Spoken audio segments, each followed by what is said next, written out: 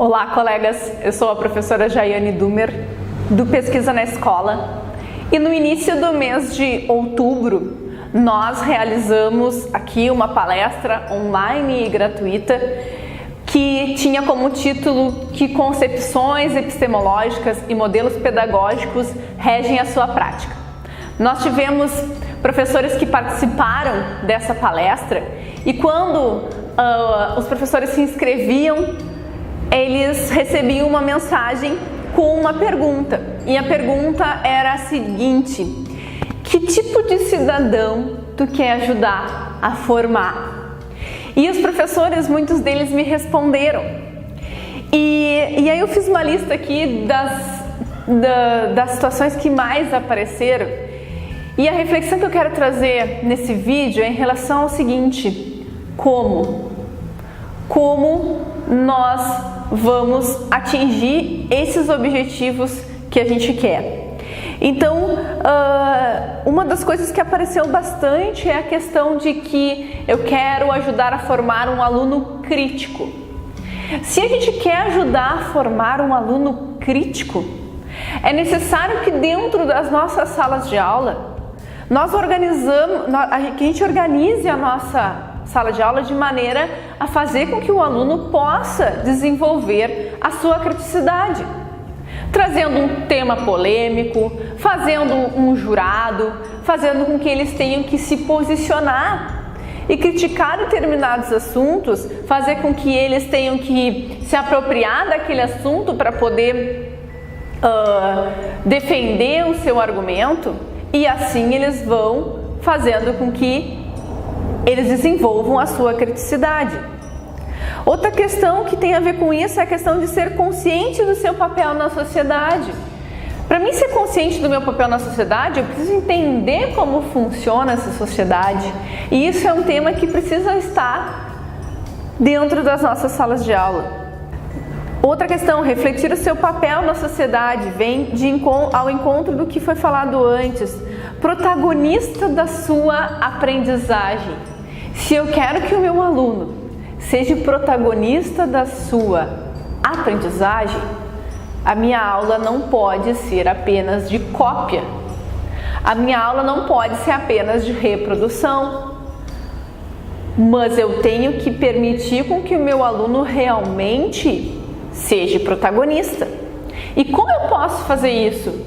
Fazendo com que ele realmente produza dentro da minha sala de aula. Que ele não tenha apenas que escutar somente eu falando, resolver os exercícios e fazer uma prova, mas que realmente ele tenha a oportunidade de escrever, de questionar, de elaborar os seus resumos, mapas conceituais, que ele possa fazer o seu cartaz, um vídeo, uma maquete, um projeto, que ele possa atuar. Porque como que ele vai ser protagonista se na minha sala de aula ele é apenas um receptor de informações? Então eu tenho que fazer uma reflexão na minha prática. Essa questão outra coisa que foi falada é fazer conexões entre os saberes. Infelizmente, dentro das nossas escolas, os conhecimentos estão dentro de caixinhas, né? A caixinha de geografia, a caixinha da história, a caixinha do português, a caixinha do matemática e assim por diante. Se eu quero que ele consiga, que ele faça essas conexões entre o saber, eu posso ser uma professora que procuro fazer essas conexões na minha aula. Então, se eu sou professora de biologia, eu vou tentar fazer uma conexão com a questão da matemática, conexões com geografia, com história, com a química, com a física, e cada um dentro dessa disciplina vai tentar fazer essas conexões. Mas o ideal seria o quê? Que a escola tivesse um projeto em que esses conhecimentos realmente estivessem conectados, porque se eu quero que meu aluno faça a conexão entre os saberes, eu preciso desenvolver atividades que atinjam esse objetivo. Uma outra questão, vencer situações adversas. Bom, para ele vencer situações adversas, eu preciso colocar ele à frente dessas situações. Então eu tenho que trazer problemas para a minha sala de aula. E aí existe toda uma pedagogia da problematização para a gente estar trabalhando com isso. Desenvolver um projeto em que eles tenham que resolver um problema, uma adversidade. Assim ele estará preparado para resolver essas adversidades. E aí tem tudo a ver com ser investigativo também, que foi uma outra questão que foi colocada aqui. Depois falaram assim, que saiba dialogar, que saiba interagir em grupo. Bom, se eu quero que meu aluno aprenda a dialogar, se eu quero que meu aluno seja alguém que saiba interagir em grupo, e isso é super importante hoje dentro do mercado de trabalho, se eu quero que meu aluno seja alguém solidário, o trabalho em grupo deve ocupar o maior tempo das minhas aulas. Os alunos devem trabalhar em grupo no maior tempo.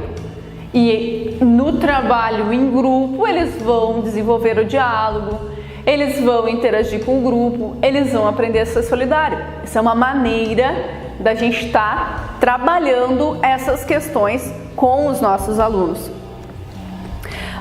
E a questão do questionamento reflexível sobre o momento do país.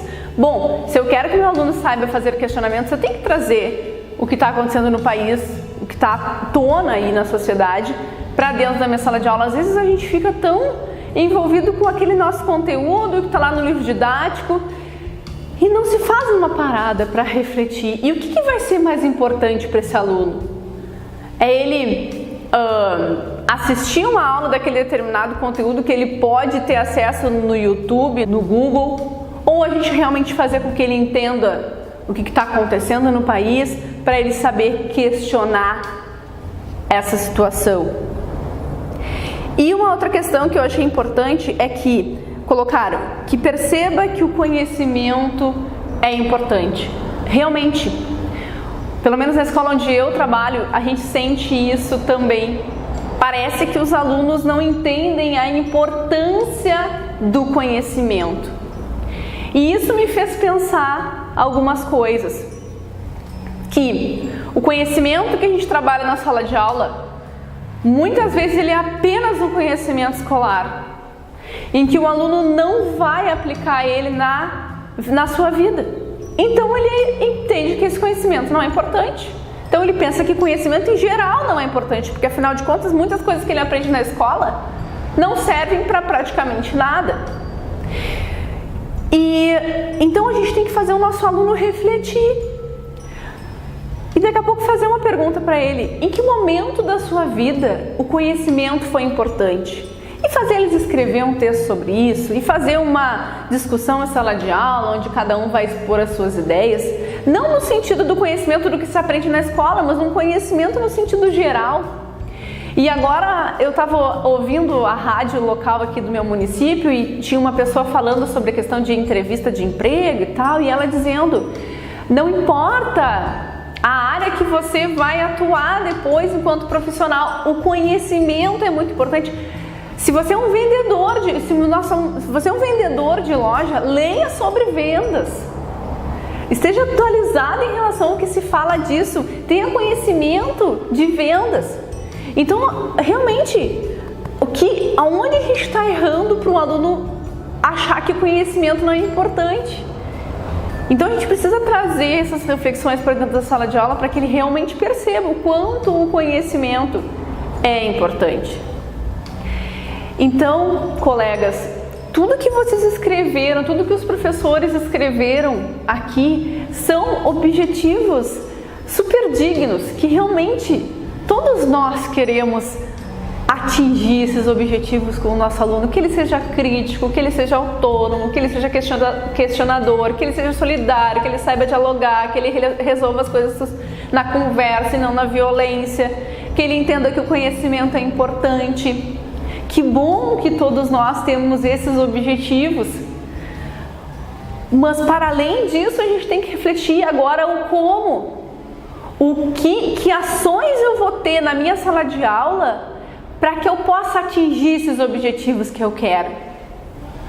Ou melhor, que ações a minha escola vai desenvolver para atingir esses objetivos.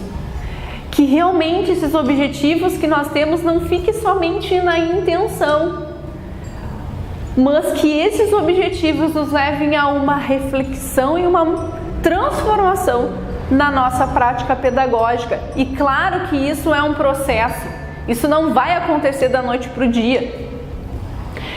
Isso vai demandar experiências de sucessos, de insucessos, até eu ir aos poucos conseguindo atingir esses objetivos, mas sempre tendo em mente esses objetivos. Será que essa aula que eu estou planejando atende a esse objetivo? Se não, como que eu poderia trabalhar esse assunto de maneira a atingir esse objetivo que eu quero com os meus alunos? Isso é ter uma prática reflexiva. Isso é ser um professor reflexivo.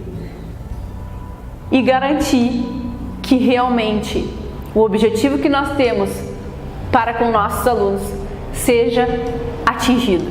E melhor ainda, se a gente puder fazer um trabalho em conjunto na nossa escola em que todos tenham os mesmos objetivos ou objetivos muito parecidos.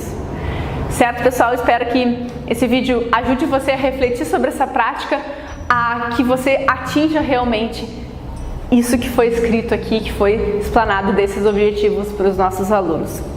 Um abraço a todos e nos vemos em breve.